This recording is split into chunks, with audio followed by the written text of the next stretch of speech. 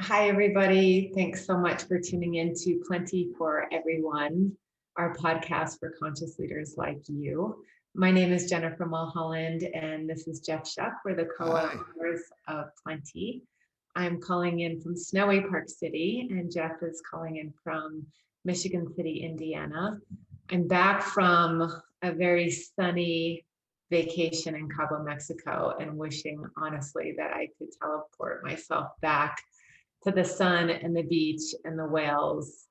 But no, I am here looking at a very snowy mountain, which is a blessing in and of itself, but definitely makes me wish that the teleportation could actually be a skill that I could harness instantaneously. It looked How are very you, Jeff? sunny. What's it like there?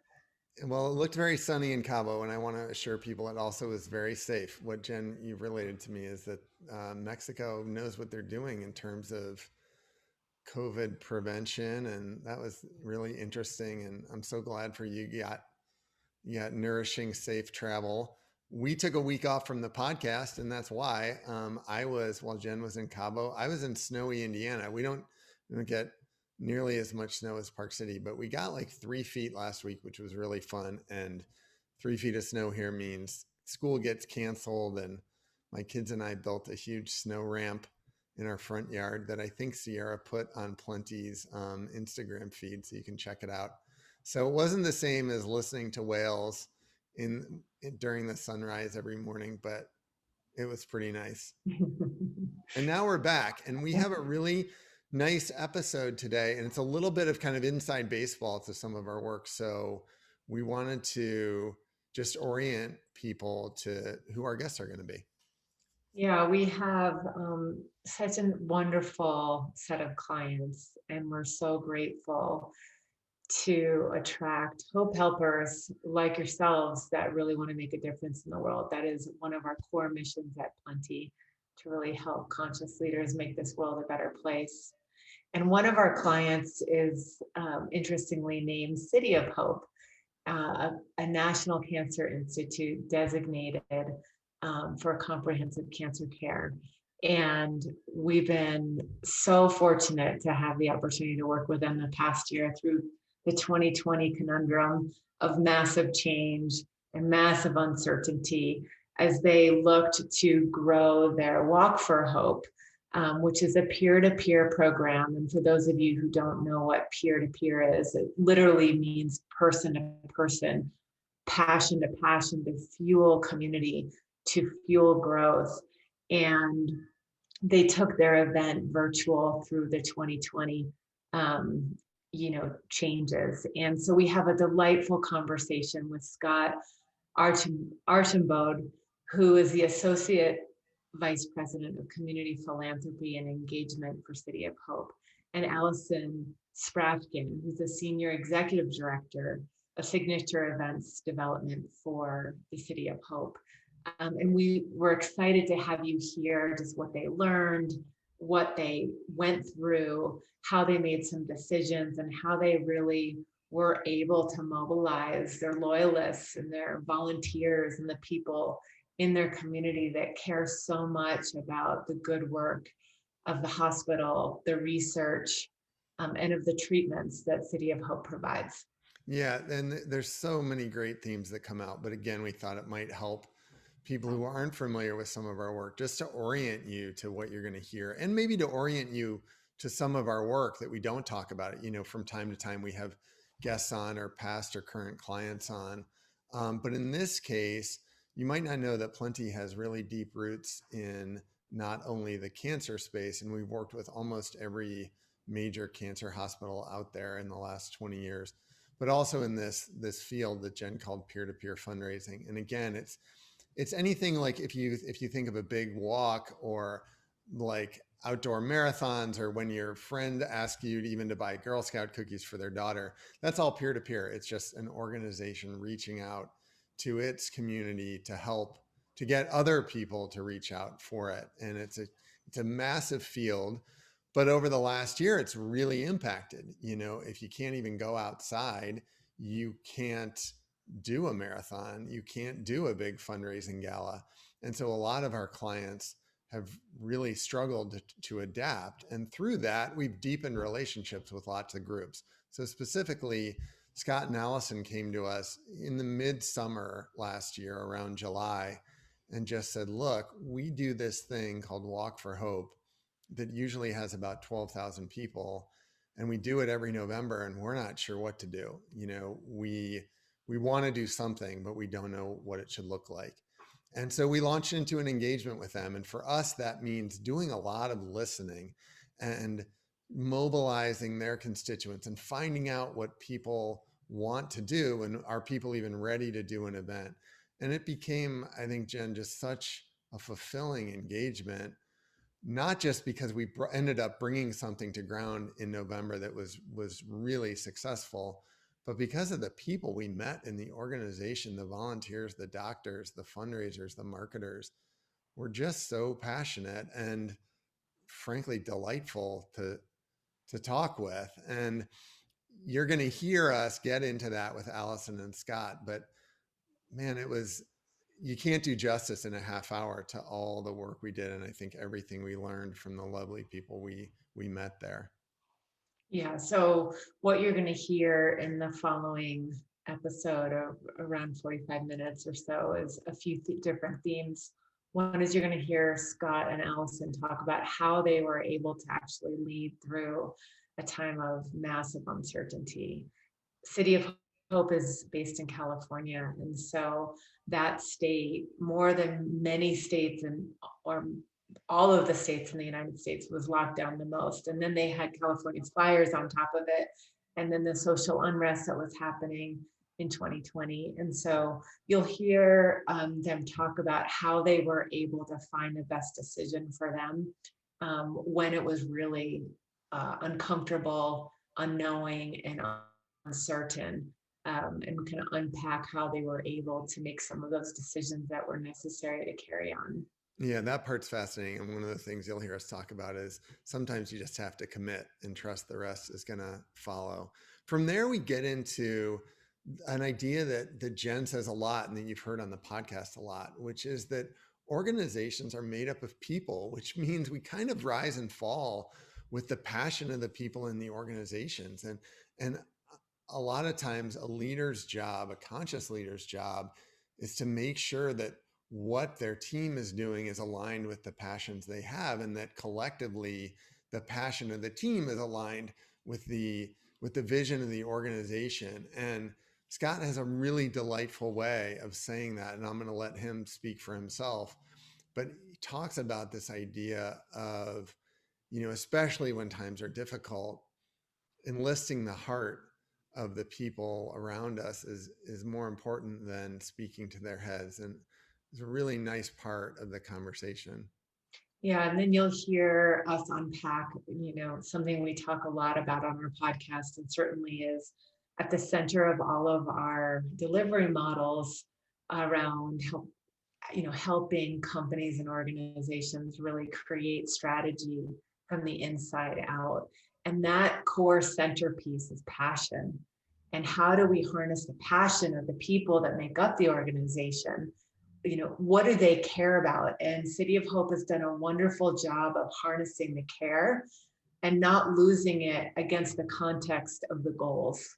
And we talk a little bit about that nuance of how do you set financial metrics and goals without losing the power of passion that really is the fuel behind growth.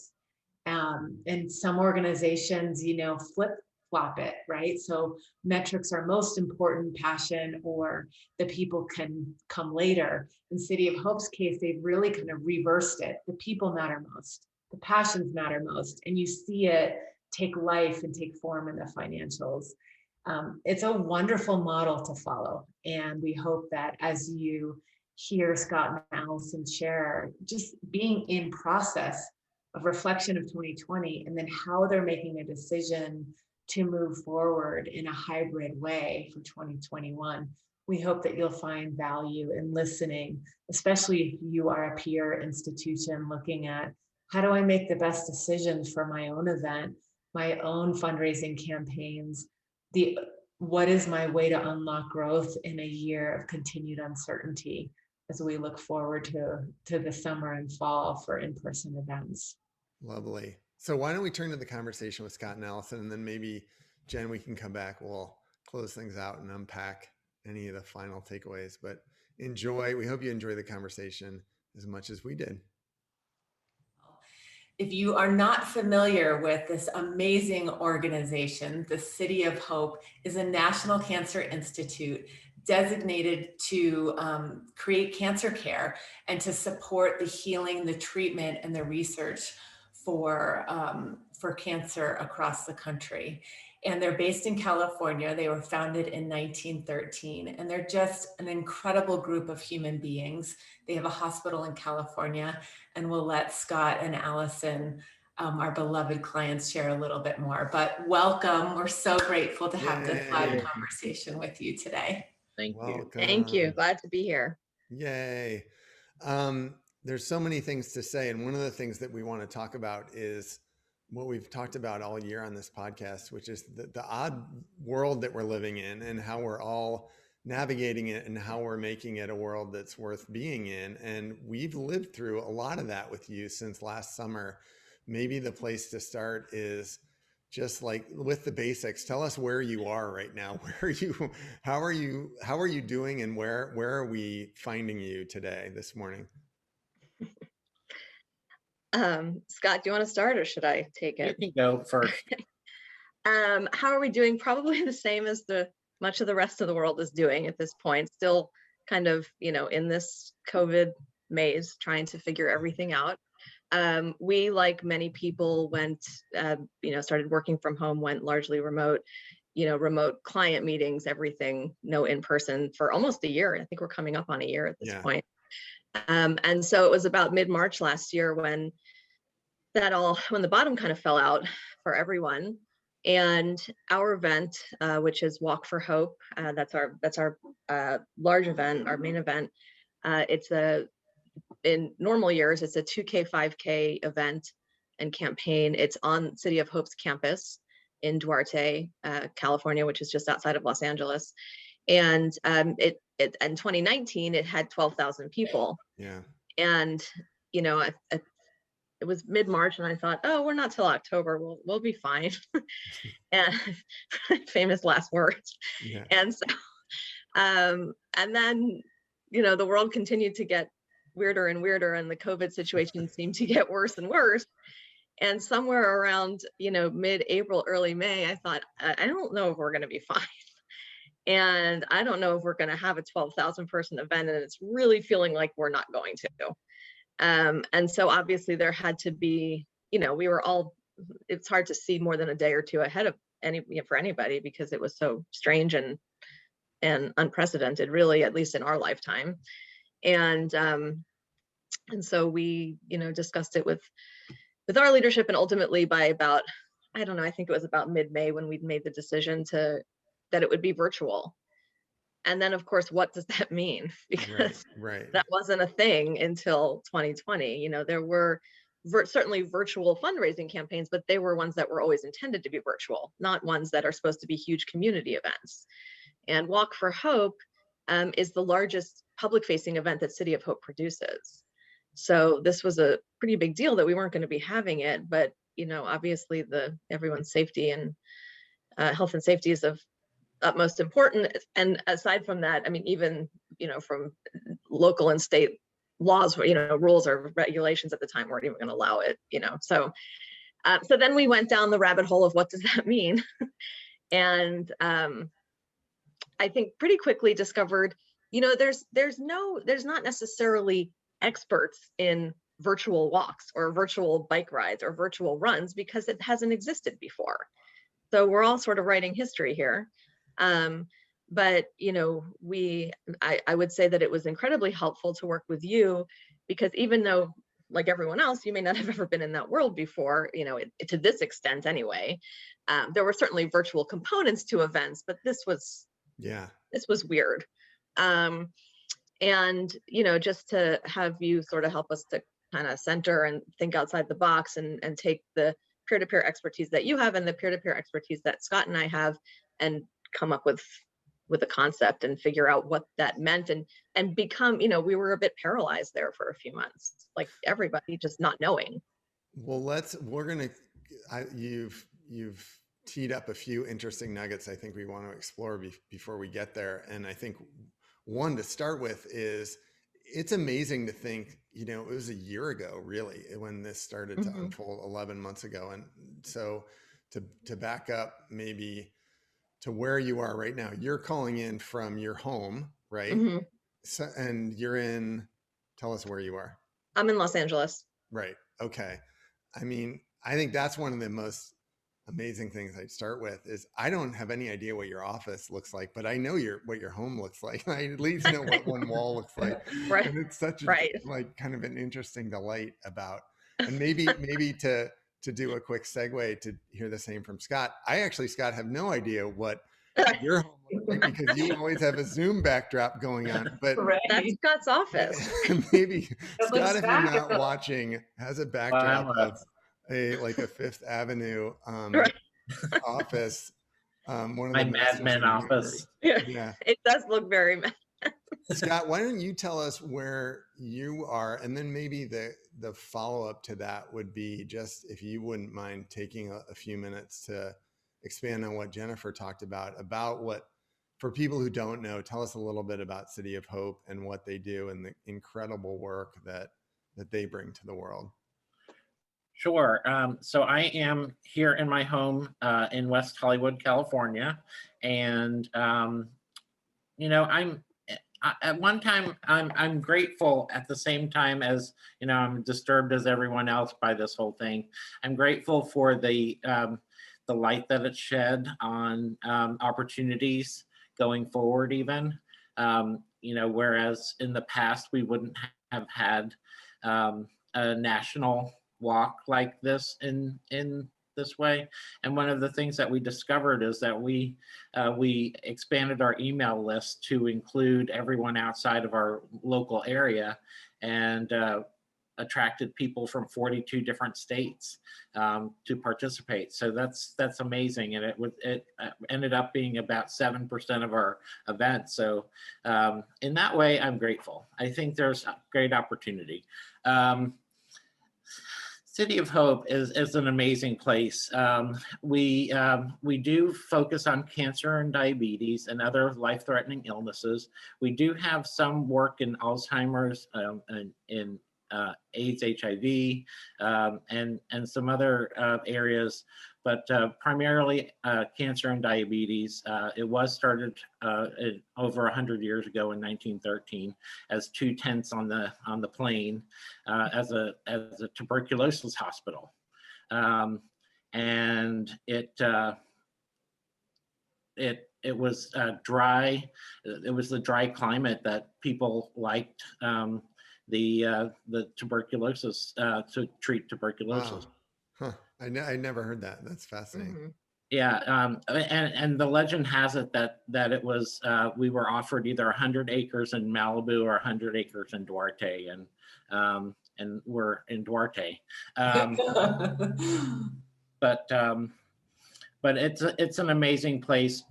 Bench to bedside research. One of the things that people don't know about City of Hope is we have 3 manufacturing facilities on our campus. So drugs that are developed at City of Hope can be manufactured there sometimes. And so it really helps and aids in the bench to bedside dynamic that so many organizations pride themselves on, but City of Hope can take it that extra mile. We're in a tremendous time of growth for the institution right now. We have a lot of construction going on. We have a major project going on in Orange County where we're investing $1 billion to expand our cancer care and diabetes care to Orange County. It's just an amazing time of momentum and excitement on campus, even though we're not there. Many of us are not there. We had, out of our 6,000 employees, about 3,500 ended up going virtual. So that's kind of I think that's about the mix that we have. So the rest of them are the clinical people that are on campus treating the patients. So Scott, as you reflect on 2020, with one thing that we have directly experienced working with you is just the amazing quality of human beings that you have at the institution and at the foundation. And part of our work with you last year was really to interview and to listen and discover what the needs were, to help you kind of enhance and expand your Walk for Hope. And we were just blown away about the passion, about the genuine care, about the legacy and how many people have been there for so long, that have such rich history, not only being on potentially the caregiving side, but in some cases we talked to board members and executives that were physicians themselves or caregivers themselves, and then patients themselves. And it was just such an interesting opportunity to really hear the quality of not only the care, literally, but also the intentionality of the people that you've surrounded yourself with and the people that you get to be a part of, both of you. In Plenty's view, people matter, people make up movements, people make up the organization. And as you look back on 2020, maybe we can explore for those peer-to-peer or peer institutions that are looking to you to say, how did you do it in 2020? Like, how did you perform the way that you did? And for many of you who don't know, City of Hope was one of the top performers in the peer-to-peer industry of being able to expand their community and to have the least amount of loss, if you will, from revenue in how you engage the expanded community virtually.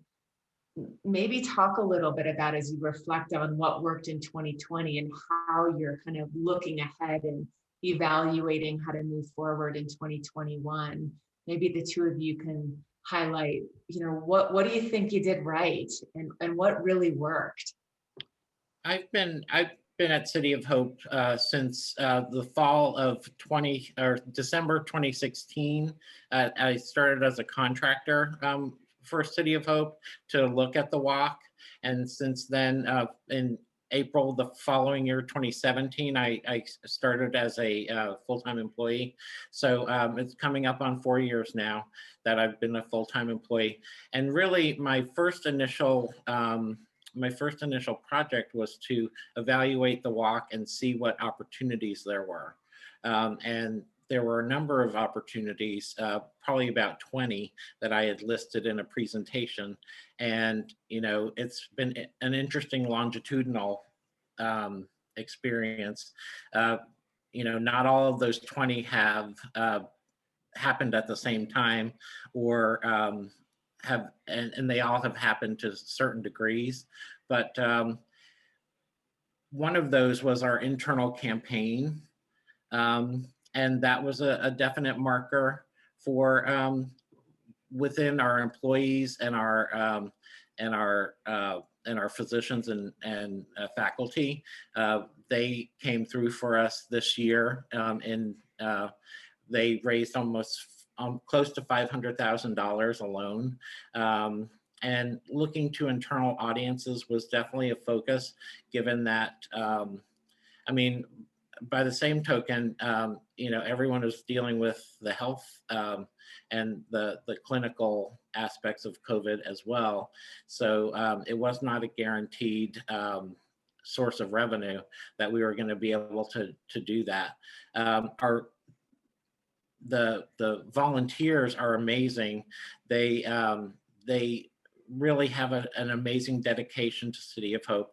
We have volunteers that have been here volunteering for 50, 60 years, and they live and breathe City of Hope. They know it better than we do. It's just incredible, and the dedication and support. I just can't say enough about our volunteers and our donors. Yeah, I would agree. And I think, I think, Jennifer, you touched on this, is sort of the nucleus that we have with our volunteers and our longtime supporters. they really are.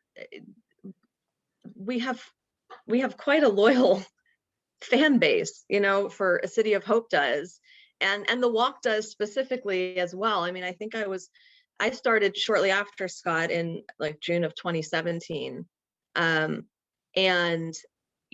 I've always considered myself fortunate that I walked into a volunteer base and a participant base that was so invested that there were certainly opportunities to grow this walk, 100%.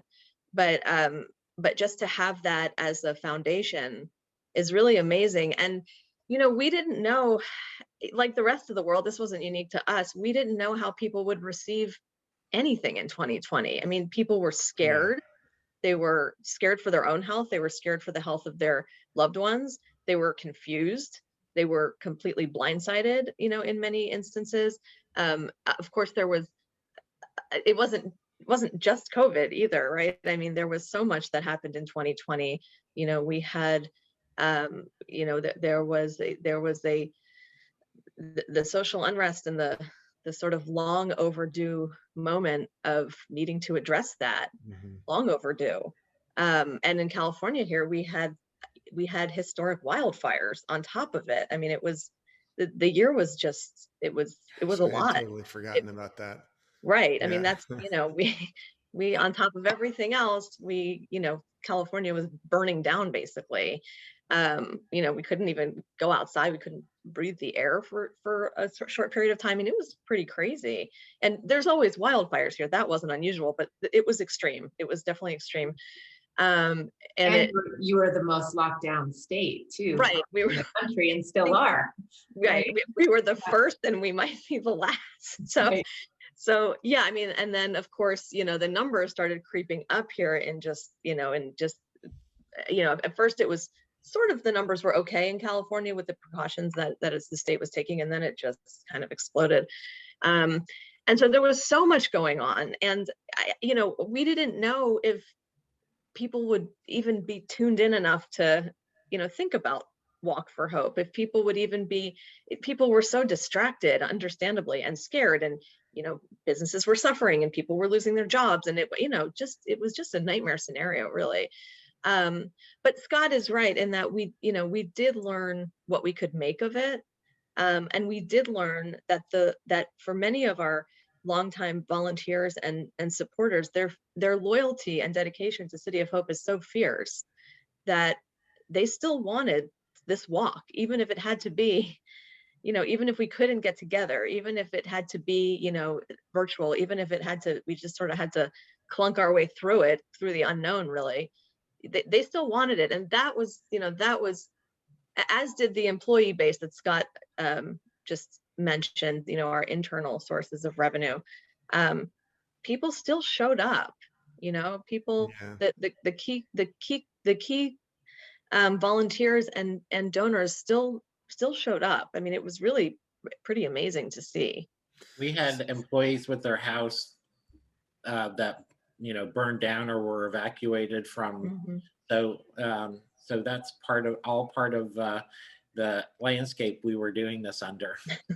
So one of the things, and maybe you've just answered the question, but I'd love to go. We're kind of dancing around the timeline, but I'd love to go back to where you were just leaving off, Alyson, of kind of May 2020 or June 2020, and talk about why you just didn't bag it in. I mean, for people who've listened to the podcast before, there's a metaphor we use about leadership, and we use the lantern as a symbol. And one of the things it means is, when you're walking at night and you're holding up a lantern, you can only see what's right in front of you.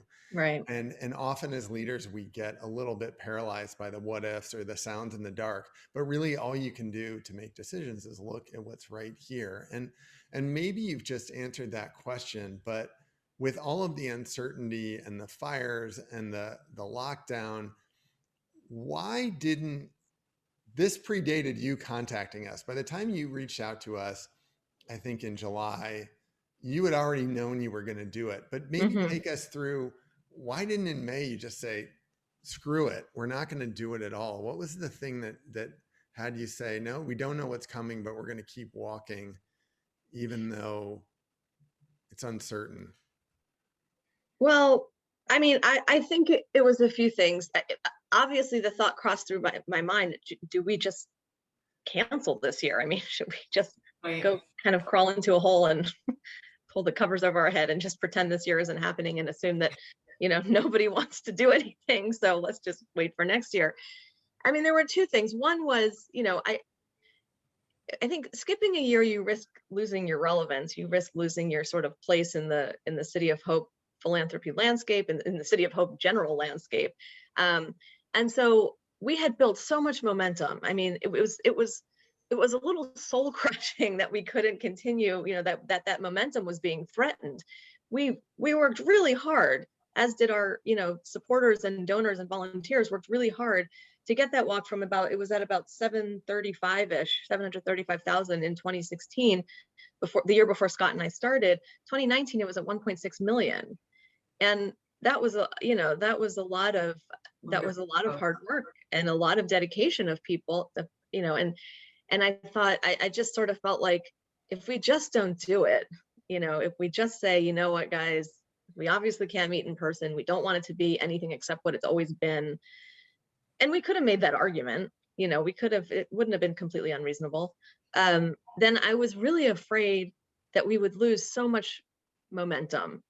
We knew we'd lose a little something year to year going, this was such a crazy year, but I didn't want to, in 2021 or 2022 or whenever we could be back in person, I didn't want to be starting from 2016, basically. So that was, just from a strict revenue momentum perspective.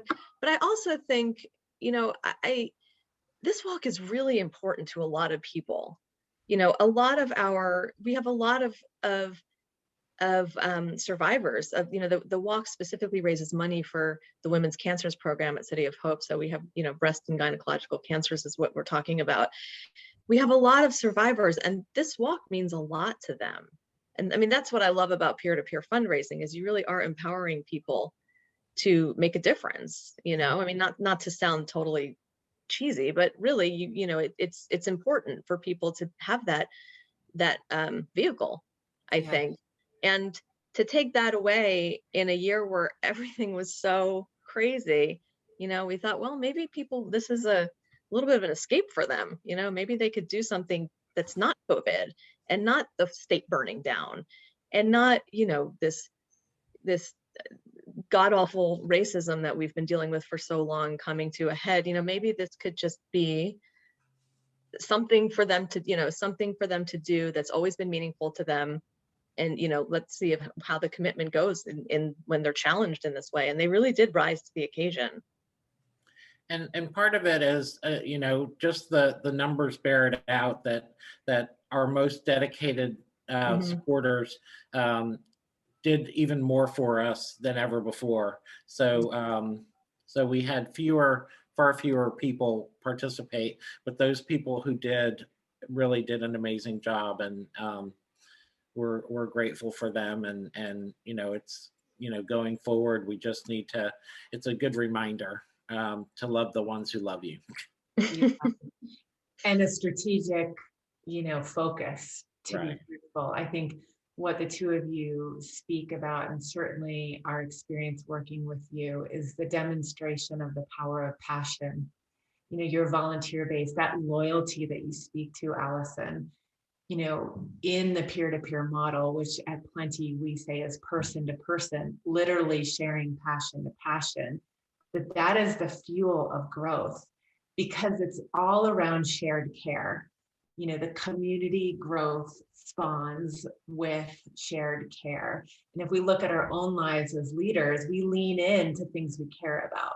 We stay on board with things that matter. And I think you've done such a great job. And it's certainly that nucleus that you speak to that is the passion of the volunteers, the passion of the survivors that are helping it continue to grow in a year of and years of incredible change and shifts and uncertainty. And as leaders, I think the other thing to just point to as you're listening to this is, Alyson, you used a term that the idea of not doing it, so the idea of just closing it up and waiting another year, was soul crushing. Like that was an indicator of like, you know, where you've put in time and effort, that disappointment, that letting go, that, you know, that I love how you just phrased it, because it's underneath, right? It's not the surface level. And sometimes we're looking at decision-making criteria being very analytical, and we do it by the numbers and, you know, the comparative A versus B, pros versus cons. But what you're speaking to is deeper. It's that knowing of disappointment if you don't pursue, if you don't persevere, if that grit inside to carry on despite and in spite of changing environment, you know, points to a way that we can decide whether we stay on course or whether we shift courses. And I think that was really evident and evident as part of your success in 2020. And as we look at 2021, really curious about now, how do you make decisions for what 2021 looks like? And we know you're in that soup right now, and we're helping you with that soup of, you know, is it an in-person event? Is it virtual? Is it a hybrid? And these are questions that other peer institutions that have walks and rides and other events that are peer-to-peer are all trying to sort and sift out. And maybe just would love to hear you both, like, where are you now as you look to making these decisions, and how do you know what's on or off for you to make the best decision for Walk for Hope and City of Hope? So I write this year, I feel like, you know, like those cartoon characters who have like bubbles coming out of their head, and like I feel like I just have like question marks all around me. So I feel like every day I just like feel like I walk around in like a circle of question marks, because there's so much unknown. I mean, the short answer is, you know, we don't know for sure yet. You know, we're trying to wade through what everything's going to look like this year. As of right now, our plan is to have a hybrid event, to have a, you know, some in-person component on campus and a robust virtual component. That is the plan. I mean, that's, you know, right now that's the sort of stake we've put in the ground. The walk is not scheduled till November 7th. That's, you know, in the world we're living, that's like 5 lifetimes away. So it, you know, any number of things could happen between now and then to impact whatever decisions we ultimately make. Of course, we're going to have to listen to, you know, state and local authorities. Of course, we're going to have to listen to the hospital and whatever, you know, whatever protocols and whatever we are or are not allowed to do at that time. You know, the hope is that people will continue to get vaccinated and that the numbers will continue to go down. They have dropped quite a bit, and even in California. But there's kind of 2 parts to that, and that's what I know we'll be kind of delving into with you guys over these next few weeks. There's can we do it? Like, just, you know, legally, can we do it? From a safety perspective, can we do it? What can we, you know, what does the hybrid look like? How many people can we have on campus? You know, there's that kind of thing. And then there's also what is people's appetite for it? You know, we're going to be on the heels of people being completely traumatized.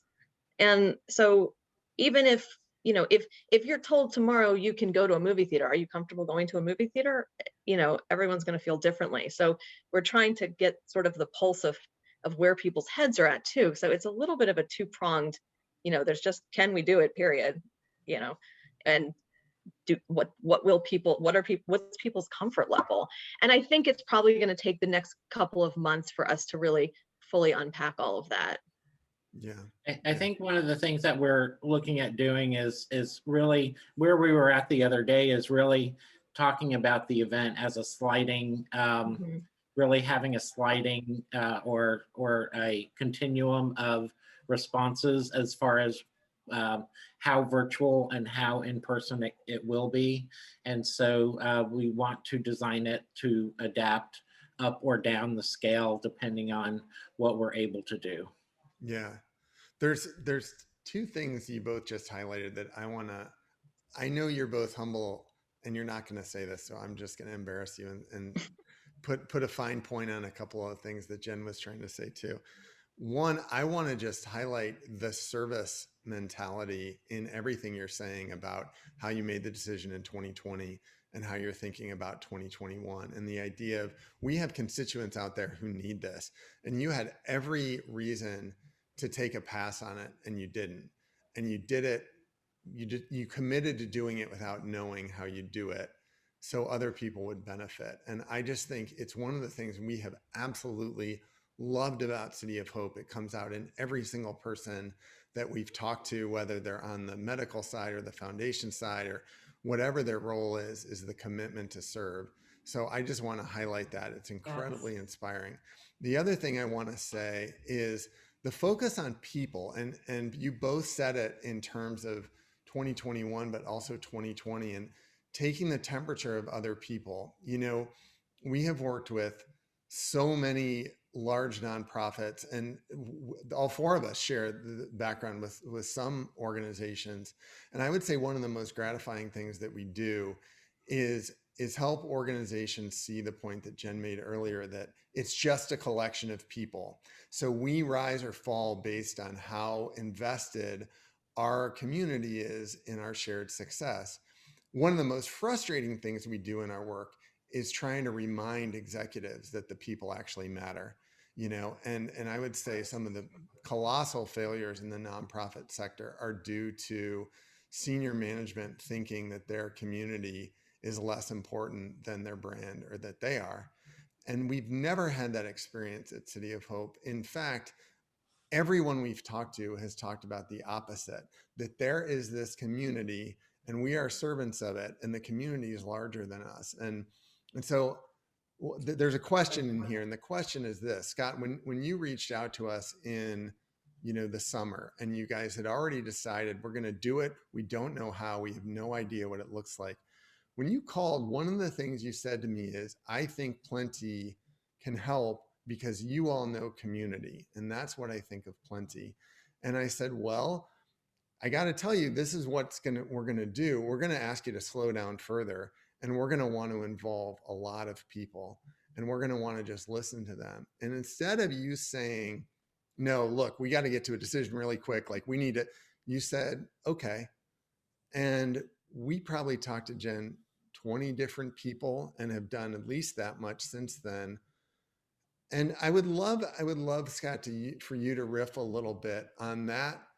That idea of inclusion is so timely and it's so needed. And yet for most of the groups we work with, we have to convince them to slow down and listen. And we're all on board for that. Can you talk a little bit about where that came from? Has that always been part of how you've operated? It seems to be a part of the City of Hope landscape, but that idea of listening, building coalitions, slowing down to speed up, I'd love to hear you riff a little bit about that as part of your experience. Sure, I definitely see. I mean, my job is to harness the passion and the excitement and willingness to help, and thereby the funds of people, and any fundraising event is the collective of everyone's passion and commitment to the mission. And so harnessing that is really what I do, in translating it into money for research and services. So that I've always felt like that's what my purpose was in this, and I very much, I mean, this is just a more acute version of that. And but I would, yeah, I just think it's you know, peer-to-peer fundraising is the collective resources of a group of people, and it's bringing them together around that mission, that that service, that progress that you're going to make. And so it's it just almost goes without saying for for me, and always has, but especially at City of Hope. Well, just to carry on with that, I think it is a unique quality. And to Jeff's point, it was so refreshing to not have to convince you of the value, to slow down and take the time. And would just say, if you're an organization listening in, we can't stress enough the value of slowing down to speed up, going deep, really understanding the cares of the people within your nucleus, within your building, within your staff, within your leadership, within your donorship and volunteer, people is so important. That is the architect archetype, if you will, to building a growing movement. And we see a lot of clients struggling right now of the nuance and balance of making a decision around financial metrics and goals versus the passion people, why do we do what we do, extracting and harnessing that inner momentum, that care, that shared care, and they seem to be at odds. So we find groups that are putting like huge BHAGs of goals that the internal team doesn't believe or buy as possible. But the financial metric is so important to be able to report to a board or report to fellow executives, that the metric of the fundraising tier or goal is kind of running the show, if you will.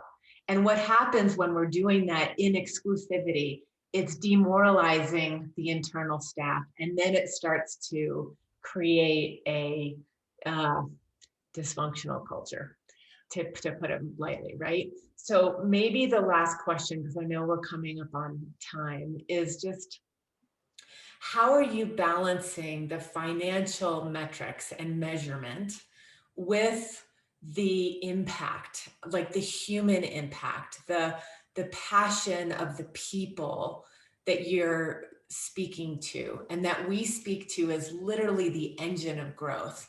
And it's a nuance, it's discretionary, it's a delicate balance, because we're not saying throw out the financial goals, right? But how are you managing that as you look at 2021 and figuring out what is a viable financial target for fundraising? And how are you balancing that with the decisions you're making to mobilize the people to hit that out of the park? I think in every job that I've ever had, I've thought, think of the right things to do the right things, and the money will follow. And I think that that's actually what we've done here is we've taken the passion that exists there at City of Hope and commitment, and harnessed that and stoked it through, having an ambassador as the face of the Women's Cancers Program, by having ambassadors within companies or teams, just enhancing communications about what we're doing with it, having projects that we can point to within the women's cancers area to get people excited about it. I think those are all things that really stoke the people's passion. And the money, I do believe in setting big goals, but it's always gotten me there. It's always gotten me there. I've always been able to, I've been in situations where we had 10, 20, 30% growth, and knowing the right things to do and doing them has always delivered for me. And I think also, one of the amazing things about City of Hope and about the, Walk for Hope base in particular is you're right. How do you make that decision? The last thing I wanted to do was try to do this big virtual event, spend some amount of money trying to do it and have it completely fail, because that feels completely irresponsible as well in a nonprofit. You have to, I didn't want to be upside down and feel like, we had just taken away from the needed resource. But we have been very much able to trust in our people, you know, and trust in their dedication, their loyalty, their willingness to step up. And I think, Scott, you know, last year we did have to be somewhat realistic in our expectations. I mean, we exceeded the original goal that we set. We didn't know what to expect. I mean, it could have gone very much one way or another. There was no precedent for this, so you know, it could have gone either way. But I think just, you know, knowing that, having faith in our constituents, that they would, as much as they could in such a weird year, come through, and that whatever was lost by way of, you know, financially, you know, there's short-term benefit and long-term benefit, and that there was something to continuing the momentum, and again, keeping this platform as a vehicle for people in their own journeys, and in what, you know, and in how they want to activate within City of Hope, and knowing that continuing with that and having a little bit of faith in that I thought would pay off long term as well. I had to look beyond just 2020, because if I only looked at 2020, my head would explode. Yeah. I mean, I love the whole, I have to make, I know, Jen, we probably have time for one more question, but I have to make a point about this too, which is another word we talk about all the time on this podcast, which is the word plenty and the mindset of abundance. And it's something that is it's so great to be a part of. It's one of the things I love about City of Hope. I mean, we're kind of gushing a little bit here, but it's just a gratifying set of engagements for us. And I would kind of borrow one of your turns of phrase, Jen, is that there are groups that we've come in contact with that are kind of seeing is believing groups. And if you're at a seeing is believing organization, man, you're striving, you're proving, everything feels like it's about to fall through. Everyone's on their, you know, anxious all the time. The numbers are never big enough. Everybody's worried about the spreadsheet. It's always about growth, growth, growth. And then there's believing is seeing groups, and City of Hope is that. Like, and I love what you're both saying about making a commitment and not knowing exactly how it's going to happen, but having faith. We've talked a lot about hope, so let's bring in faith and saying, like, if we believe it's possible, it will happen. And if you can change your mindset from seeing as believing to believing as seeing, all of a sudden, all of those resources that seem so scarce and seem so about to run out become so abundant and plentiful. And I just love what you're both saying about saying, I don't know how it's going to happen, but I know we can do it. And I know that if we take the right intention to serve, the great things will happen. And, you know, you've honestly given everybody listening, like, that's the recipe for great culture right there. It's not any harder than that, but it's so difficult to practice that mindset of abundance if you're surrounded by people who are saying, like, it's never going to work. It's going to run out. We're running out of money. We're running out of supporters. And that's never your mentality. Your mentality has always been, since we've known you, wow, there's something great that's about to happen here. And what if we talk to that? You know, I have to tell a quick story. To guard our own time when we start an engagement, we kind of map out what discovery will look like with a client. And, you know, in this case, it was like, I don't know, let's talk to 8 or 10 people. And then Alyson, you were like, well, but you really need to talk to these 2 people more. And then you got to talk to these 2. And if we teamed them up, then we're still like, and all of a sudden we're talking to 18 or 20 people. But bring it on, you know, that idea of we can keep drawing the circle bigger and bigger and bigger. You know, that is such an attitude of plenty, and it's just lovely to be a part of. Well, and it's the opportunity as leaders would just put an exclamation point around this, around leading and modeling the way, modeling the way of faith, modeling the way of being a hope helper, modeling the way of believing is seeing. And, you know, love that articulation, Scott, that, you know, it has always worked for me. Now, not everybody is wired that way, but in the world where we absolutely cannot see any longer, nor really could we ever do. Like the fallacy that we actually could ever predict the future. It just was felt more predictable and more stable. I'm not sure if it ever really was. Right. But the idea that we can stay true to ourselves and stay loyal to our belief. And when that belief is connected to the cause we're serving and in service of, it's really hard to compete with that.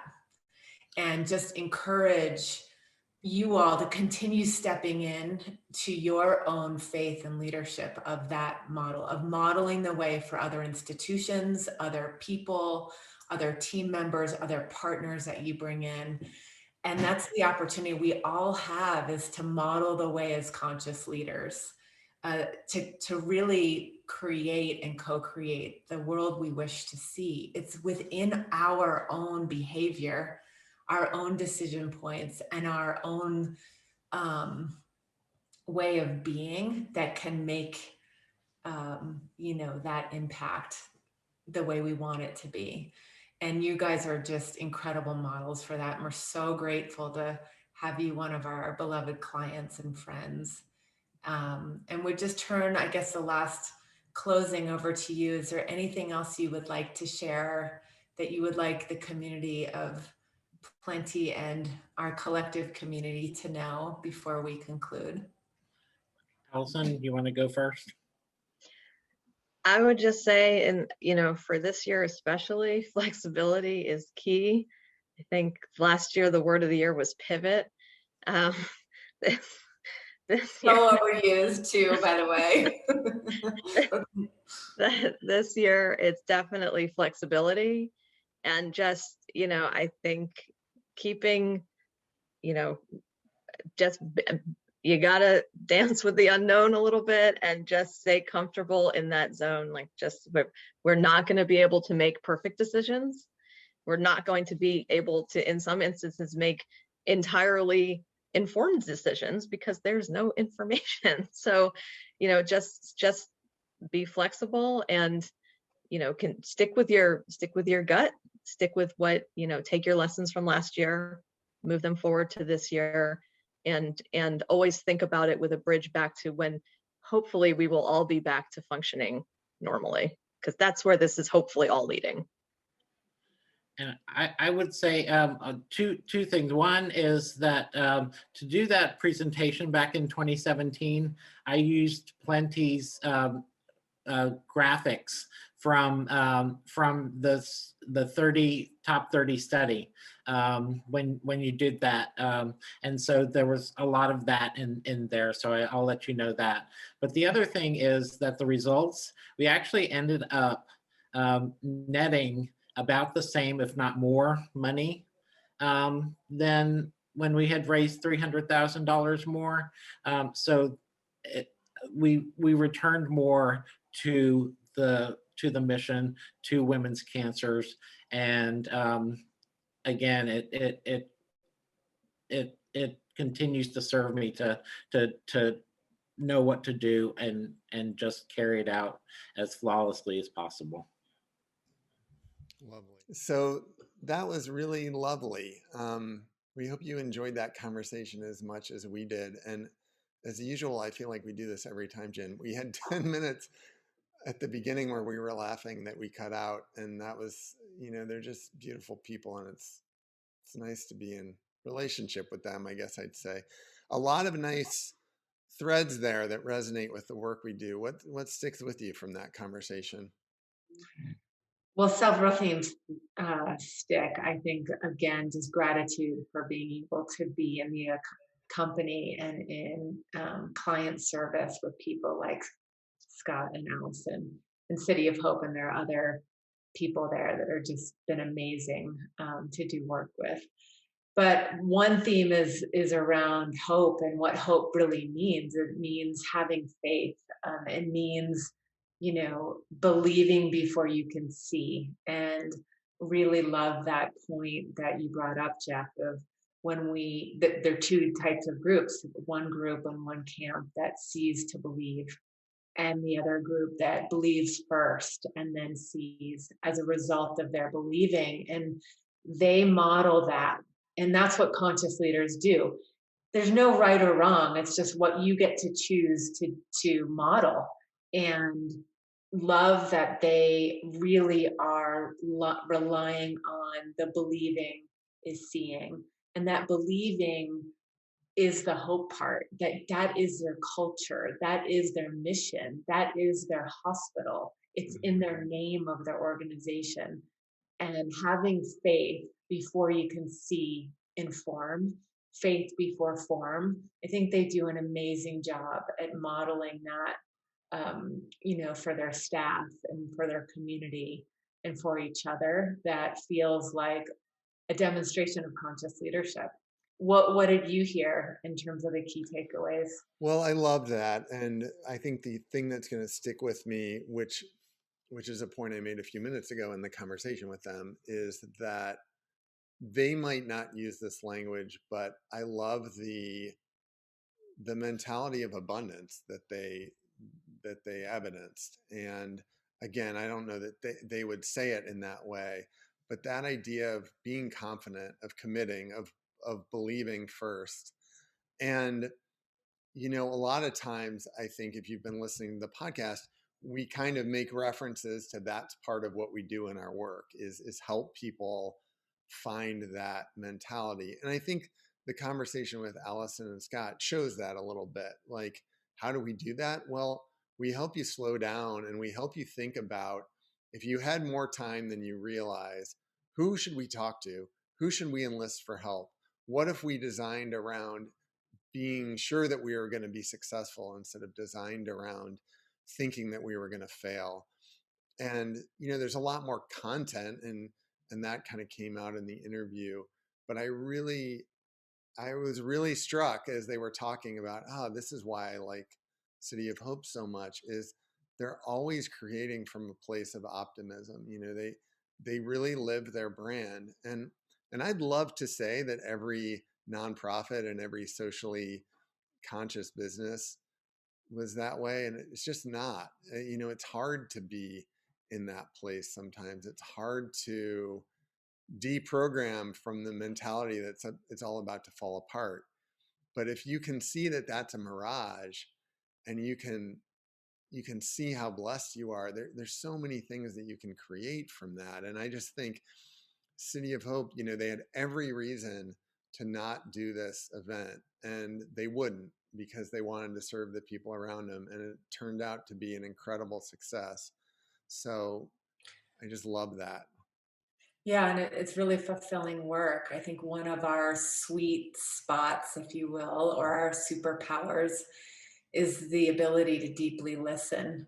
And we were given that opportunity in our discovery with them to talk to such amazing people and extract the themes that matter, and then reflecting that back so they could really digest the diversity and the commonalities of the feedback of what went well and what didn't go well, and what the leadership really wanted to see and was hopeful for the years to come.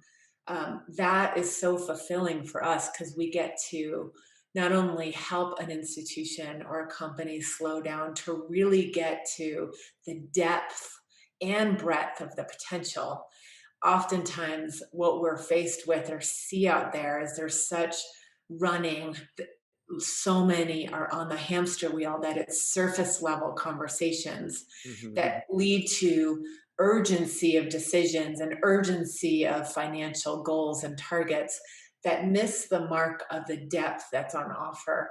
And we were really given an opportunity to go deep with them and to listen and to extract the themes that could help in a strategic way for them to make the best decision of how they're going to proceed. Yeah.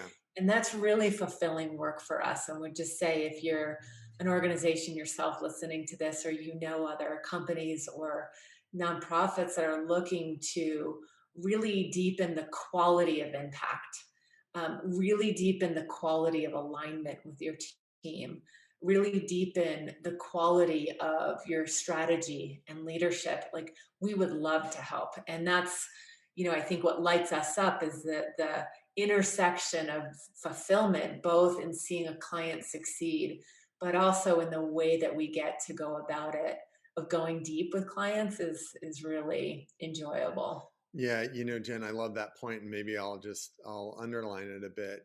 We say that if you want to make a difference in the world, you need a different kind of consultant. So one of the things that Alyson said that I thought was brilliant, and hopefully if you were listening, you heard it from both of them. At no point did they say the reason they were doing it is because they needed money. There were deeper whys, there were deeper reasons. And I know that we can help you find those, right? So as Jen said, if you're stuck or you can't find the way forward, or you're at a point in growth where you just need new thinking, I think one of the best things we do at Plenty is help people get in touch with the whys that really matter, that motivate their team and their community, help you connect with those, and then growth results, right? But when we start with, we need money, man, nothing great comes of that. So if you're ready for a different way of thinking to get better results than you've gotten before, email us at jenniferandjeff@plentyconsulting.com, and we'd love to talk with you. The other thing we wanted to make sure that you know, and I can't remember 2 weeks ago if we announced this or not, but our 2021 dates for Lantern, our leadership retreat, are now live on our site. June and October, 4 days apiece. It's an incredible almost a week with us. We know because we did it in 2020 in October that we can do it safely. So if you're concerned about travel or social distance or all of that stuff, come have the most connective, socially distanced week you're ever going to have. We're going to keep you really safe as we explore, and I mean that physically, but I also mean it emotionally, because we are going to explore so many things about you and what matters to you. And it's an incredible week. So I don't, what else would you say about Lantern, Jen, other than everybody listening needs to get there as soon as. Wait, we're back. 2021, the year of Zoom continues and great internet. We lost Jen, but she's back in the front lobby of HeartSpace. You were saying something brilliant. It was perfect. Damn it.